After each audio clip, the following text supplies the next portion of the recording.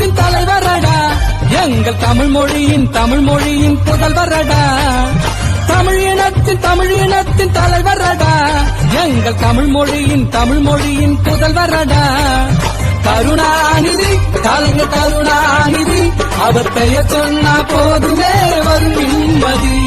கருணாநிதி, கலைஞர் கருணாநிதி, அவர் பெயர் சொன்னா போதுமே வரும் நிம்மதி.